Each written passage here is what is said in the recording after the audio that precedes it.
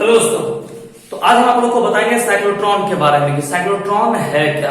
कल हम आप लोग को साइक्लोट्रॉन का कंस्ट्रक्शन क्या है, रचना क्या है, साथ में साइक्लोट्रॉन का क्रिया विधि क्या है ना, और उसका है ना कहते किसे हैं साइक्लोट्रॉन, इसके बारे में कल हम आप लोग को बता देते हैं। आज हम आपको साइक्लोट्रॉन का फिगर बताते हैं कि आखिर साइक्लोट्रॉन है क्या, है ना।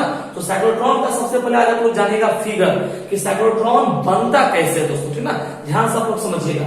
सबसे पहले दोस्तों साइक्लोट्रॉन बनाने के लिए ध्यान से सब लोग समझेंगे कंस्ट्रक्शन। एग्जाम में 5 मार्क्स का ये पूछता है, पिछले साल नहीं पूछा हुआ ये क्वेश्चन, तो समझ लीजिए कि आपका ये वीवीआई बनने वाला है। ये 5 मार्क्स का एग्जाम है और किसका कई पार्ट है दोस्तों। एक तो साइक्लोट्रॉन का कार्य विधि क्या है, साइक्लोट्रॉन की रचना क्या है, इसका कार्य सिद्धांत क्या है, इसकी सीमाएं क्या है, तो कई छोटा छोटा पार्ट करके इसका बना है। तो आप साइक्लोट्रॉन के बारे में तो जान गए। यदि आपसे कोई पूछता है कि साइक्लोट्रॉन किसे कहते हैं, तो आप एक लाइन में समझा सकते हैं कि साइक्लोट्रॉन एक ऐसी युक्ति है, साइक्लोट्रॉन एक ऐसी युक्ति है जिसके द्वारा, साइक्लोट्रॉन एक ऐसी युक्ति है जिसके द्वारा, है ना, भारी कणों से अति उच्च ऊर्जा प्रदान करने के लिए उसे त्वरित किया जाता है। भारी कण में क्या हो गया, जैसे प्रोटॉन हो गया, न्यूट्रॉन हो गया, अल्फा कण हो गया, ये सब भारी कण हो गए दोस्तों। तो भारी कणों से बचने के लिए, है ना, मतलब भारी कणों को त्वरित कराने के लिए हम लोग जिस मेथड का उपयोग करते हैं उसी को हम लोग क्या कहते हैं, साइक्लोट्रॉन कहते हैं। क्या कहते हैं दोस्तों, साइक्लोट्रॉन कहते हैं। तो आज हम जानेंगे उसका फिगर कि साइक्लोट्रॉन आखिर बना कैसे, है ना। किस वैज्ञानिक ने बनाया था साइक्लोट्रॉन को, कितने वैज्ञानिक ने लगे थे, 2 वैज्ञानिक। पहला का नाम क्या था, लॉरेंस, और दूसरा का नाम क्या था दोस्तों, दूसरा नाम क्या बताओगे, है ना, एम.एस. लिविंगस्टन। क्या नाम बताएगा, एम.एस. लिविंगस्टन, है ना। तो चलिए आज हम आपको साइक्लोट्रॉन का फिगर बनाते हैं, है ना। सबसे पहले समझते हुए सब लोग चलेंगे। सबसे पहले ये एक मैग्नेट बनाना है दोस्तों। क्या बनाना है, एक मैग्नेट। सबसे पहले हम लोग को मैग्नेट बनाना है ना।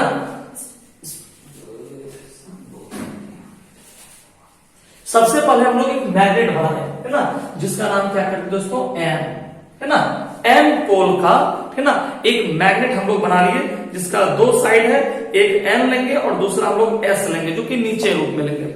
बीच में देखिए क्या करते हैं, समझिएगा। बीच में सबसे पहले इस तरह से ध्यान से देखना है, एक डी बनाना है दोस्तों, है ना।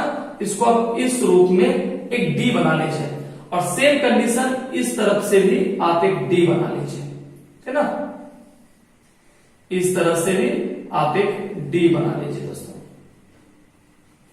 ये एक डी बन गया दोस्तों। इसको इस तरह से भी आप घुमा लीजिए। तो सबसे दिमाग में ध्यान रखिए दोस्तों, क्या कर रहे हैं, कंस्ट्रक्शन को समझिए, आपको बनाने में आसानी होगा और याद भी रहेगा। ऊपर में मैग्नेट बना दिए, नीचे में डी शेप का 2 गोला। देखिए इसको हम लोग क्या बोलते हैं, आपको कल लिखाए थे डीज। बहुत बच्चा नहीं समझ पाया कि डीज मतलब क्या होता है। देखिए डीज, ये डी, है ना। तो डी मतलब इसका शेप कैसा है, डी जैसा है, इसीलिए डी। और चूंकि 2 गो है, प्लुरल हो गया, सिंगुलर में एक डी, 2 गो है तो डीज हो गया, समझ गया ना। तो डीज मतलब यदि पूछे साइक्लोट्रॉन का बनावट आंतरिक कैसा होता है, तो क्या बोलेंगे, डीज के जैसा। तो डीज मतलब कि डीज क्यों बोलते हैं, बिकॉज इसका जो आप शेप देखिए किस आकार का है, डी के आकार का है, इसलिए इसको हम लोग क्या बोलते हैं, डीज। 2 गो है इसलिए डीज बोलते हैं। अब क्या करते हैं, बीच में से यहां देखिए, ध्यान समझिएगा। तो सबसे पहले हम लोग क्या कर लिए कि एक डीज बना दिए। अब यहां से एक और स्फेरिकल लेंगे इस तरह से, है ना। इसको आप यहां से इस रूप में ले आइए, है ना। इसको ये सर्कल चलता रहता है, ये सर्कल जो है इसका चलता रहता है दोस्तों, समझिए। अब यहां से ये मूव होता रहेगा। यहां से क्या करना है, अपने मन से, है ना, एक सेंटर यहां क्या कर रहा है, देखिए सबसे पहले थोड़ा सा सेंटर ले लिया, है ना, और इस सेंटर से एक एस्फेरिकल जो है ना, इसको अच्छे से आप घुमाइएगा, थोड़ा सा एस्फेरिकल होना चाहिए, पता चलना चाहिए थोड़ा सा गोल है ना। इस रूप में यहां से होते हुए पूरा ट्रेवल करते रहेगा दोस्तों, है ना। अब क्या करते हैं, ध्यान समझिएगा। अब यहां से ठीक ऊपर से एक साइड निकालते हैं, है ना, और यहां से एक साइड, इसको आप चाहे तो और इसको नजदीक कर सकते हैं, इस दोनों को एक दूसरे के बिल्कुल नजदीक कर सकते हैं, है ना। यहां से इसको निकालिए, यहां पर एक रिहोस्टेट लगाइए, और यहां से एक ठीक नीचे इसको आप यहां से मिला दीजिए दोस्तों। ये बार बार बिल्कुल जाकर इसमें सट रहा है। चलिए, है ना। आप इसमें जितना फेरा होना चाहे आप इसको और बढ़ा कर सकते हैं और छोटा कर सकते हैं, ये कंटिन्यू चलता रहता है दोस्तों, है ना। अब क्या करेंगे, ठीक इसके नीचे एक और मैग्नेट लेंगे दोस्तों, जिसका नाम है एस। इसके ठीक नीचे एक और मैग्नेट लेंगे जिसका नाम है एच, है ना। इसको एच लेंगे, नीचे की ओर एक मैग्नेटिक फील्ड दिखाएंगे, है ना। इसको थोड़ा नीचे कर दे रहे हैं, इसका मैग्नेटिक फील्ड हो गया बी, है ना। यहां एक डब्ल्यू ले लीजिए, है ना। इसको हम लोग करते हैं, इधर आप दे दीजिए नेम D1 और इधर आप नेम दीजिए D2। तो आप एक काम कर सकते हैं दोस्तों, कि आप इस फिगर को आप कंप्लीटली उतार सकते हैं। आप जल्दी से इस फिगर को आप उतार लीजिए, है ना। आप इस फिगर को जल्दी से आप उतार लीजिए। चलिए, तो यही हो गया। इस फिगर को आप, ये मूव कर रहा है एक तरह से, आप इसको उतारते रहिए। इसको भी आप चाहेंगे तो यहां से इसे इसको मिला दीजिए।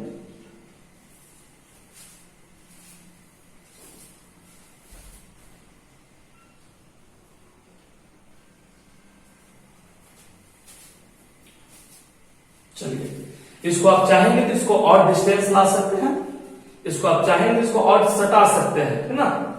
आप इसको सटा सकते हैं ताकि ये जो बीच का डिस्टेंस कुछ ज्यादा लग रहा है थोड़ा सा कम हो जाएगा आप अपने फिगर में। तो जल्दी से आप इसका फिगर को उतार लीजिए दोस्तों।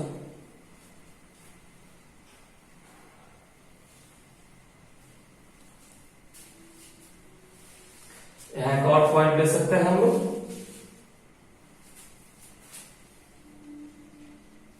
एक पॉइंट ले लीजिए, इसका नाम है ऊर्जित प्रोटॉन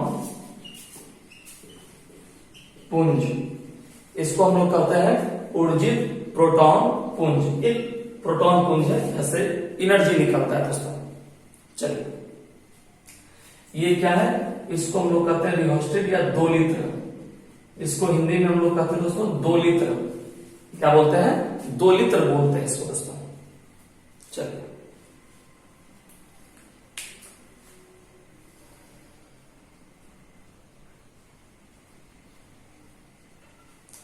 जल्दी से आप लोग इसको उतार लीजिए।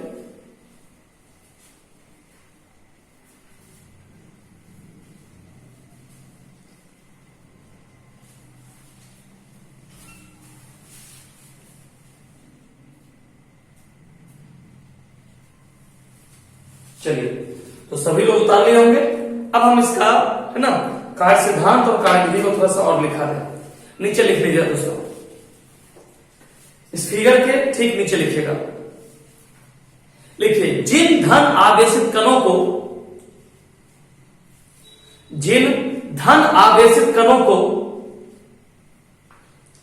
त्वरित करना होता है, जिन धन आवेशित कणों को त्वरित करना होता है,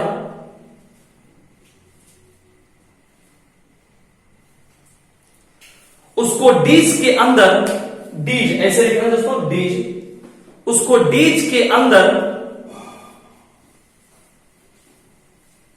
उनके केंद्र के निकट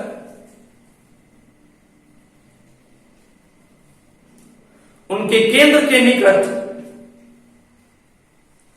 चुंबकीय क्षेत्र के तल के लंबवत, चुंबकीय क्षेत्र के तल के लंबवत तल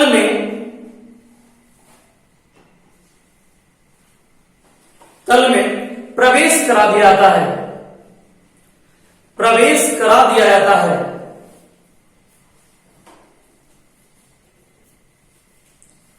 त्वरित आवेशित कण, त्वरित आवेशित कण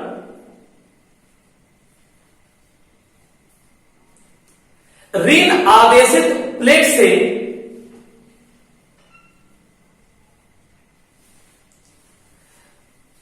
ऋण आवेशित प्लेट से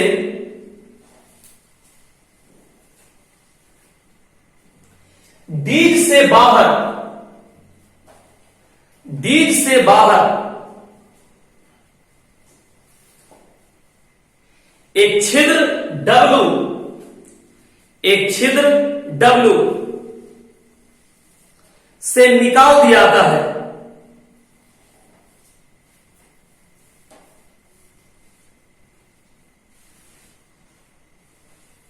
जो लक्ष्य से जाकर टकराते हैं।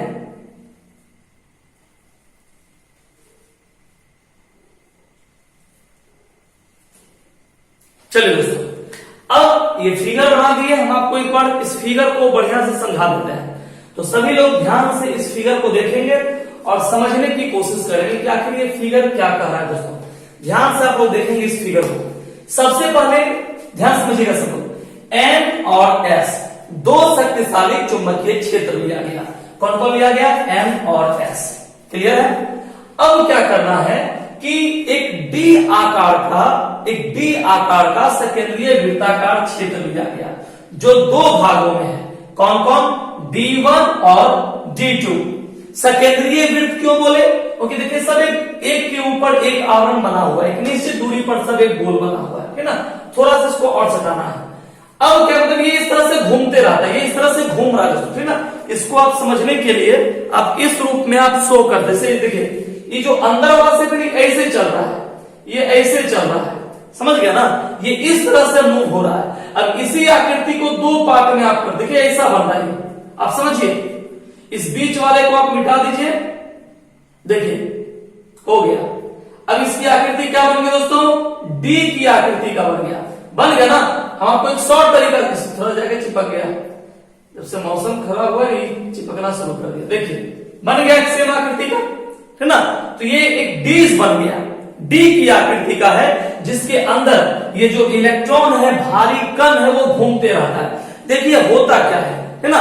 होता यह है कि जब हम किसी भारी कण को इस डीज के अंदर डालते हैं, जैसे ही किसी भारी कण को हम इस डीज के अंदर डालते हैं तो ये तेजी से घूमने लगता है। और जब ये तेजी से घूमता है तो यहाँ पर देखिए छेद बना हुआ है, समझिएगा बात को।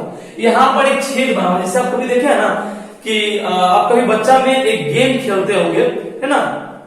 आप याद कीजिए बचपन में एक गेम खेलते होंगे, उस गेम में एक ऐसा सरफेस रहता है, एक गोला जैसा, यहाँ एक छेद रहेगा, फिर एक गोला जैसा एक छेद यहाँ रहेगा, फिर एक गोला जैसा एक छेद यहाँ रहेगा, देखते होंगे आप लोग। और बीच में एक गोटी रहता है, ये यहाँ पर एक गोटी रहेगा, देखते होंगे। और हम लोग बचपन में क्या करते हैं, इस गोटी को पहले इसमें घुसाते थे, फिर यहाँ से इसे ला करके इसमें डाल दिए, बीच में लाना होता था, याद है आप लोग को। बस सेम कंडीशन यहाँ भी ना, कि जब ये तेजी से घूम रहा है तो यहाँ पर एक छेद कर दी, खिड़की है या छेद मान लीजिए। तेजी से जब ये भारी कण इतना स्पीड हो जाता है, इसके अंदर में इतना अधिक स्पीड हो जाता है, इस खिड़की के माध्यम से बाहर निकलता है और इतना तेजी स्पीड से निकलता है। तो आपको एक चीज पता होना चाहिए, फिजिक्स पढ़ते हैं, सर्कुलर मोशन आप पढ़े हुए हैं, याद कीजिए। सर्कुलर मोशन में आपको बताया गया था कि मान लीजिए कि ये मान लीजिए कि एक कोई वस्तु है ना, इसमें एक रस्सी बांध दी है और रस्सी बांधने के बाद एक पत्थर जो है ना, उस रस्सी में बांध दी, उसको तेजी से घुमा रहे हैं। घुमाते घुमाते जब आप उसको छोड़िएगा तो इन्हें की छोड़ने के बाद वो घूमते रहता, नहीं ऐसा नहीं होता है।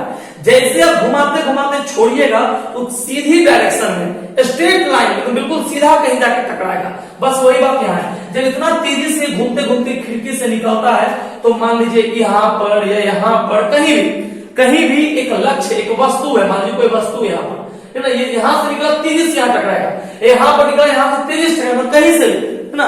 जहां पर छिद्र बना दिया गया है वहां से तेजी से निकलेगा और जाकर उस लक्ष्य से जाकर टकराता है। और टकराने के बाद बड़े पैमाने पर दोस्तों है ना, बहुत ज्यादा मात्रा में, बहुत अधिक क्वांटिटी में है ना, एनर्जी को प्रोड्यूस करता है, ऊर्जा को मुक्त करता है। यही काम है साइक्लोट्रॉन का। तो पहला क्वेश्चन दोस्तों कि साइक्लोट्रॉन में डीज क्या है, डीज क्यों कहते हैं, डीज किसे कहते हैं? तो आप कहिएगा कि सर डीज इसलिए कहते हैं क्योंकि ये दो भागों में बटा होता है और इसका जो आकार होता है वो किस रूप का होता है? डी के रूप का होता है, इसलिए हम लोग उसको क्या बोलते हैं? डीज कहते हैं। तो पहला क्वेश्चन डीज हो गया। दूसरा क्वेश्चन, यदि आपसे कोई पूछे कि भारी कण में इतना अधिक ऊर्जा कहां से आता है, यदि आपसे कोई क्वेश्चन पूछे कि जो भारी कण है, चाहे वो न्यूट्रॉन हो, प्रोटॉन हो, न्यूट्रॉन हो, अल्फा कण हो, कोई भी कण हो, उसमें इतनी असीम ऊर्जाएं कहां से जाती है ना, इतनी अधिक एनर्जी कहां से आती है, तो आप कहिएगा कि सर जब हम हैवी कण को, जो भी हैवी कण होता है, हैवी पार्टिकल होता है, उसको जब हम इस डिश के अंदर डालते हैं तो डालने के बाद ये तेजी से रोटेट होने लगता है, घूमने लगता है, और इतना तेजी से घूमने लगता है, इसे त्वरित कराया जाता है ना। अच्छा, एक क्वेश्चन आपसे कोई और पूछेगा, देखिए क्वेश्चन दिमाग वाला क्वेश्चन है, बहुत ध्यान सुनिएगा। यदि आपसे पूछा सर जी एक बात बताइए कि जैसे हम किसी भारी कण को, जैसे हम किसी भारी कण को इस डिश के अंदर डालेंगे तो डालने के बाद ये घूमता क्यों है, ये घूमता क्यों है? ये चुंबक क्या देखने के लिए लगाए थे, ये बताइए, शोभा के लिए नहीं लगाए थे कि भाई देखने में बड़ा बेहतरीन लग रहा है, ऐसा कुछ नहीं किए थे।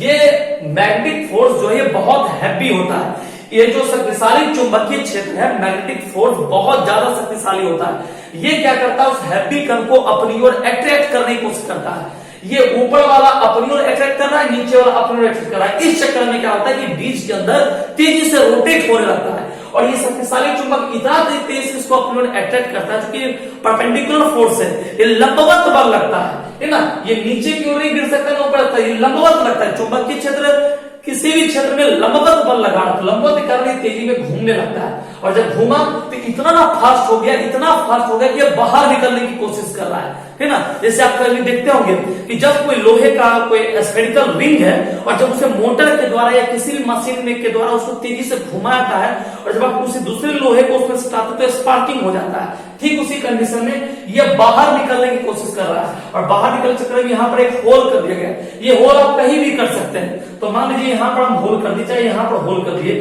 इस होल से वह हैवी कण जो है ना, हैवी पार्टिकल यहाँ से बाहर निकलेगा, और निकलने के बाद जो भी ऑब्जेक्ट, मान लीजिए यहाँ पर गोल्ड रख दिया गया, सिल्वर रख दिया गया, कोई भी ऑब्जेक्ट यहाँ पर रख दिया गया, तो इससे टकराता, क्योंकि इतना ना उसका स्पीड होता है, इतना ना उसको एक्सेलरेट कर दिया जाता है, त्वरित कर दिया जाता है, इसके वेग को इतना ना अधिक बढ़ा दिया जाता है कि टकराते ही विस्फोट हो जाता है दोस्तों। और हैवी एनर्जी मतलब अधिक ऊर्जा की उत्पत्ति कर देता है। तो पहला चीज आपको बात मेरी समझ में आ गई कि देखिए क्वेश्चन को ऐसे सुनिएगा ना, पूरा बड़ी बड़का शब्द सुना दी नहीं, तोड़ के समझिए। पहला चीज कि साइक्लोट्रॉन, यहां मेरी बात समझिए, साइक्लोट्रॉन में ये मैग्नेट क्या करता है, तो हैवी कण को, भारी कण को घुमाने में मदद करता है। पहला चीज क्लियर हो गया। दूसरा चीज, इसको हम डीज क्यों बोलते हैं, आपको पता है क्योंकि इसकी आकृति कैसा है, इसका शेप कैसा है, डी क्या करता है। दूसरा चीज कि हैवी कण डालने के बाद ये तेजी से घूमना शुरू किया, क्यों, किसके कारण, चुंबक के कारण। तीसरा चीज कि जब ये खिड़की से निकलता है, जो भी छेद है, तो निकलने के बाद ये कहा जाता है, तो 100% जो भी सामने में, इसके ठीक सामने में एक लक्ष्य रखा जाता है, एक कोई भी तत्व रख दिया, किसी को भी तोड़ना है तो उसको रख दिया गया, और जाकर के ये उससे टकराता है, और टकराने के बाद क्या उत्पन्न करेगा, तो इसका काम क्या है, साइक्लोट्रॉन का काम क्या है कि भारी, मेरी बात समझिए, साइक्लोट्रॉन का काम क्या है, भारी कण के द्वारा ऊर्जा का उत्पत्ति करना, है ना, अति त्वरित ऊर्जा की उत्पत्ति करना। तो ऊर्जा कैसे उत्पन्न होगा, जब इसके अंदर जो कण घूम रहा है, जब इसके कण, है ना, इसके अंदर जब घूमता है और बाहर निकलता है, बाहर निकलने के बाद जब किसी दूसरे वस्तु टकराता है, तो टकराने के बाद ऊर्जा की उत्पत्ति होता है। फॉर एग्जाम्पल दोस्तों, जैसे मान लीजिए, है ना, आप एक क्वेश्चन आप लोग से पूछते हैं ना,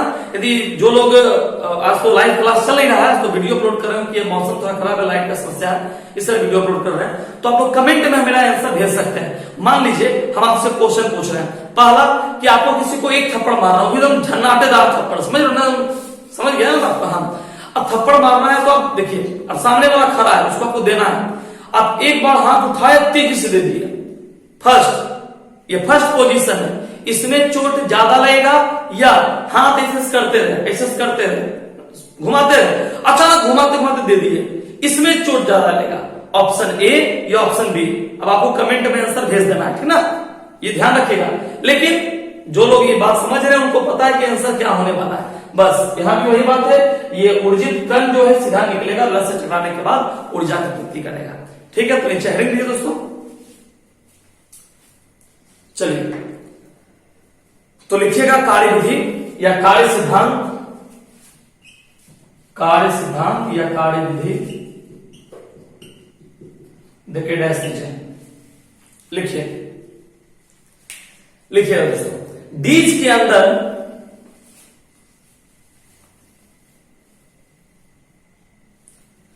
डिश के अंदर केंद्र के निकट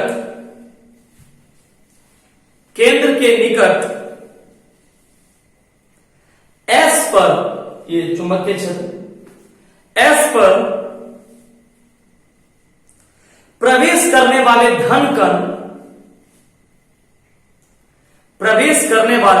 धन कण धड़कन नहीं, धन कण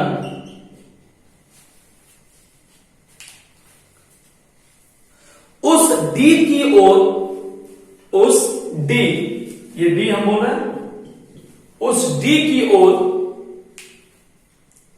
आकर्षित होते हैं,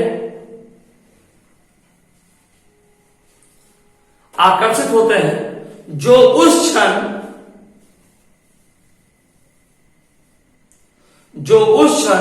ऋण विभव पर होते हैं,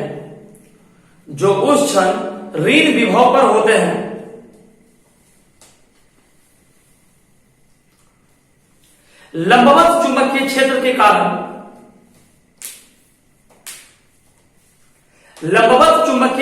कारण ये पॉजिटिव कण, हिंदी में लिखिएगा धन कण। अब हम बोलते हैं धनकण, बच्चा सुनता है धड़कन, है ना, तो पूछता है धड़कन सुन रहे हैं धड़कन सुन रहे हैं, तुम लोग धड़कन सुनते हो, हम धड़कन बोल रहे हैं, ठीक ना। हाँ, इसीलिए हम बोल दिए पॉजिटिव कण।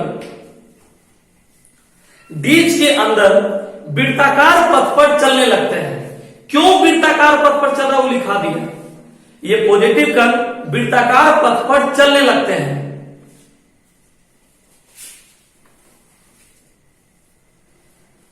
आरोपित चुंबकीय क्षेत्र, इसमें लिखना बहुत ज्यादा है, आराम से लिखते चलिए। आरोपित चुंबकीय क्षेत्र तथा दोलित्र की आवृत्ति, ये दोलित्र इंग्लिश में ऑसिलेटर बोलते हैं इसको, ऑसिलेटर, जिसको हम लोग अपनी भाषा में कहते हैं ऑसिलेटर। नहीं कहते ऑसिलेटर तो नहीं, ज्यादा हो गया बस। दोलित्र की आवृत्ति को इस प्रकार व्यवस्थित किया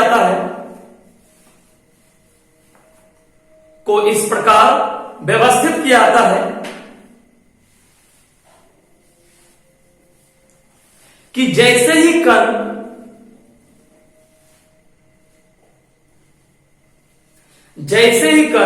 डी से बाहर निकलते हैं, इस खिड़की के माध्यम से बाहर निकल गया, जैसे ही कण डी से बाहर निकलते हैं, उसकी ध्रुवता बदल जाती है, मतलब जो धन वो ऋण, जो ऋण वो धन, उसकी ध्रुवता बदल जाती है। ध्रुवता मतलब जो प्लस वो माइनस, जो माइनस वो प्लस हो जाता है, जिससे कण पुनः त्वरित हो जाते हैं।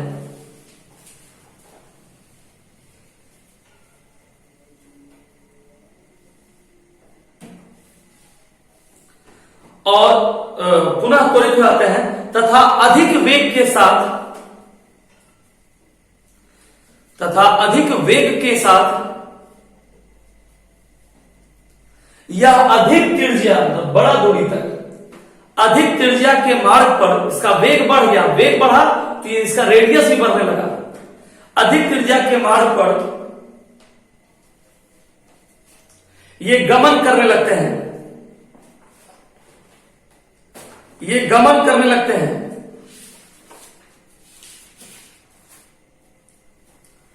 इस क्रिया को बार बार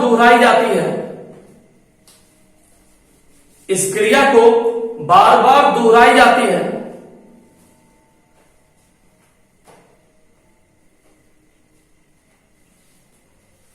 जब तक कि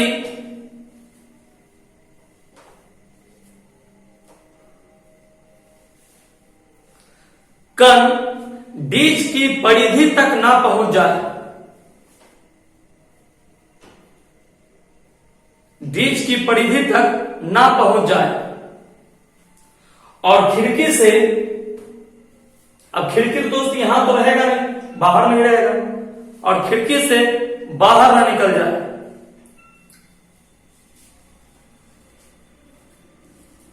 और खिड़की से बाहर ना निकल जाए।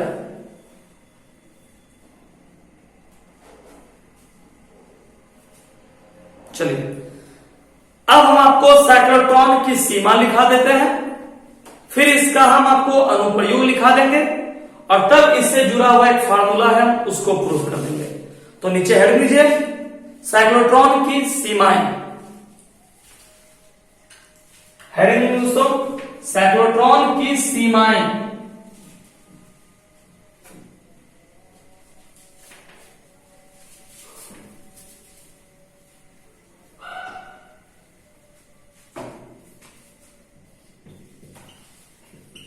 साइक्लोट्रॉन की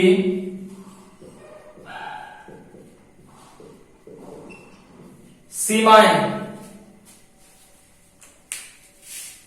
चलिए दोस्तों ट्रॉन में एक बात लीजिए, लिखिए नंबर एक करके, नंबर एक करके लिखिए। यह अनावेशित कणों को, यह अनावेशित कणों को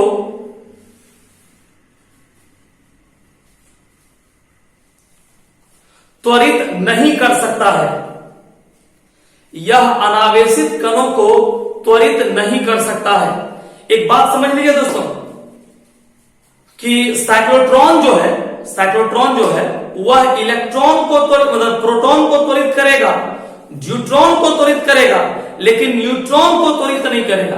तो आप कहिएगा सर जी न्यूट्रॉन भी तो भारी कण है। हाँ न्यूट्रॉन भारी कण है लेकिन उसे त्वरित नहीं करेगा। क्यों? क्योंकि यह सिर्फ और सिर्फ आवेशित कणों को ही त्वरित करता है, अनावेशित कणों को त्वरित नहीं करता। यदि आपसे कोई पूछे क्या इलेक्ट्रॉन और न्यूट्रॉन को, समझिए मेरी बात को, क्या साइक्लोट्रॉन इलेक्ट्रॉन और न्यूट्रॉन को आवेशित कर सकता है, और यदि नहीं तो क्यों? तो कहिएगा कि सर इलेक्ट्रॉन एक हल्का कण है, इलेक्ट्रॉन आवेशित है परंतु हल्का कण है, इसलिए, है ना, इसलिए उसको त्वरित नहीं कर सकता है। दूसरा, न्यूट्रॉन क्यों नहीं कर सकता है? न्यूट्रॉन को इसलिए नहीं कर सकता है क्योंकि न्यूट्रॉन भारी तो है परंतु अनावेशित है, इस पर कोई आवेश नहीं होता है, इसीलिए दोस्तों लिख लिए। नंबर दूसरा लिखिएगा, साइक्लोट्रॉन से निकलने वाली,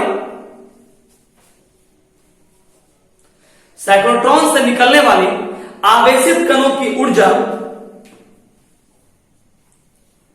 साइक्लोट्रॉन से निकलने वाली आवेशित कणों की ऊर्जा सीमित होती है।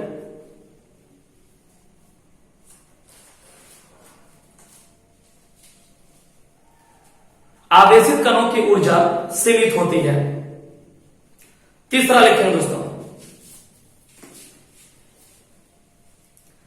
साइक्लोट्रॉन के द्वारा, साइक्लोट्रॉन के द्वारा इलेक्ट्रॉन त्वरित नहीं हो सकता है। इलेक्ट्रॉन त्वरित नहीं हो सकता है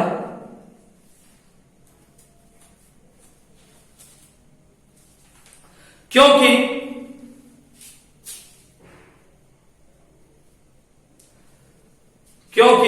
इलेक्ट्रॉन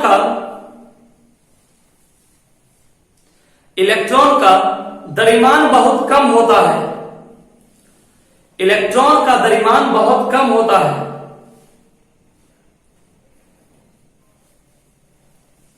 जिससे इसका वेग इतना अधिक हो जाता है, जिससे इसका वेग इतना अधिक हो जाता है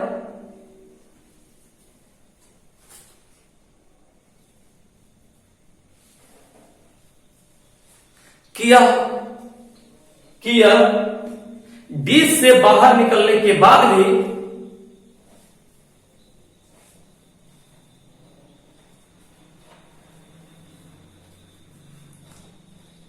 परिक्रमण करते रहता है।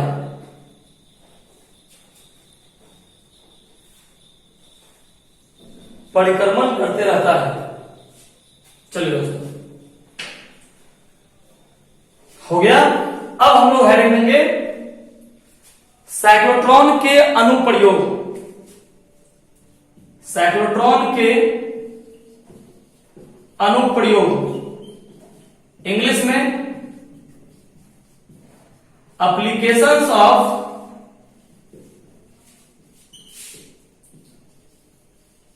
साइक्लोट्रॉन,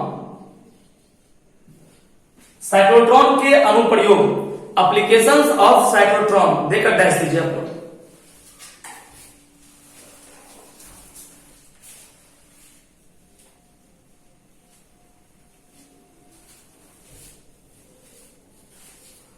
साइक्लोट्रॉन के अनुप्रयोग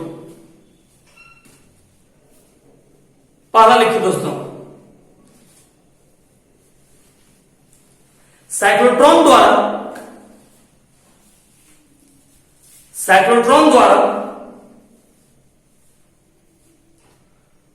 उच्च ऊर्जा तक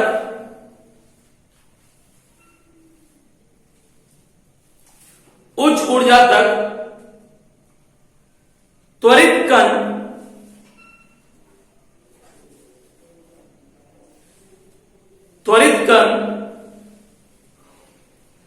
नाभिकीय विघटन में प्रयोग किया जाता है, नाभिकीय विघटन में प्रयोग किया जाता है।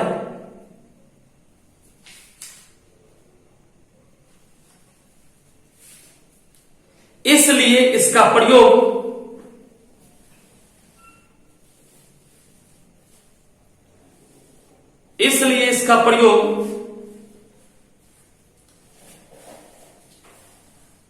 नाभिकीय संरचना ज्ञात करने में होता है, नाभिकीय संरचना ज्ञात करने में होता है।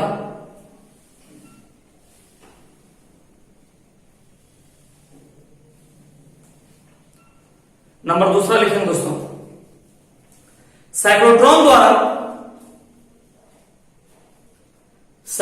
द्वारा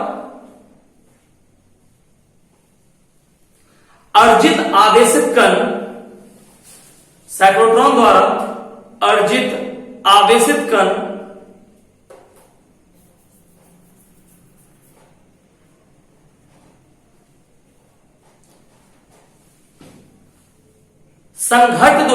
संघट ऐसे आप लिख सकते हैं, संघट, इसको इंग्लिश में कहते हैं कॉलिजन। कॉलिजन मतलब कि दो वस्तुओं का टकराना। संघट द्वारा दूसरे उच्च ऊर्जा वाले कण से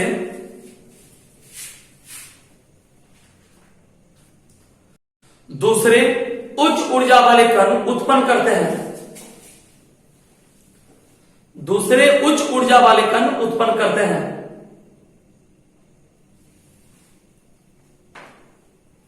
जिसका प्रयोग नाभिकीय रिएक्टर में होता है, जिसका प्रयोग नाभिकीय रिएक्टर में होता है। नंबर तीसरा लिखेंगे दोस्तों, साइक्लोट्रॉन का प्रयोग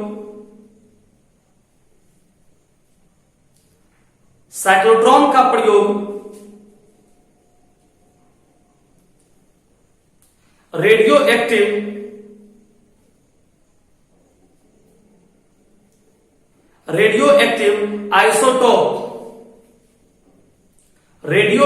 आइसोटोप, जिसको हिंदी में कहते हैं समस्थानिक, रेडियो एक्टिव आइसोटोप उत्पन्न करने में क्या आता है,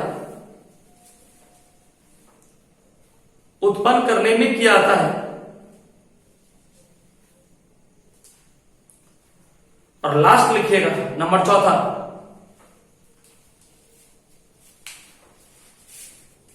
साइक्लोट्रॉन का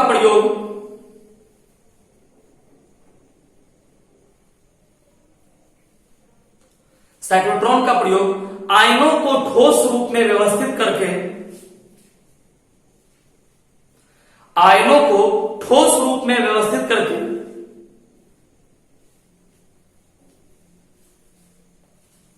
उसके गुणों को परिवर्तित करने में किया जाता है, उसके गुणों को परिवर्तित करने में किया जाता है। तो ठीक है दोस्तों, अब बच गया है इसका एक फार्मूला, जो कि अगले क्लास में हम आप लोग को प्रूव कर देंगे, ठीक ना। आखिर क्या होता है इसका फार्मूला, इसमें आर का वैल्यूएशन क्या होता है उसका मान हम आपको अगले क्लास में निकाल देंगे। ठीक है दोस्तों।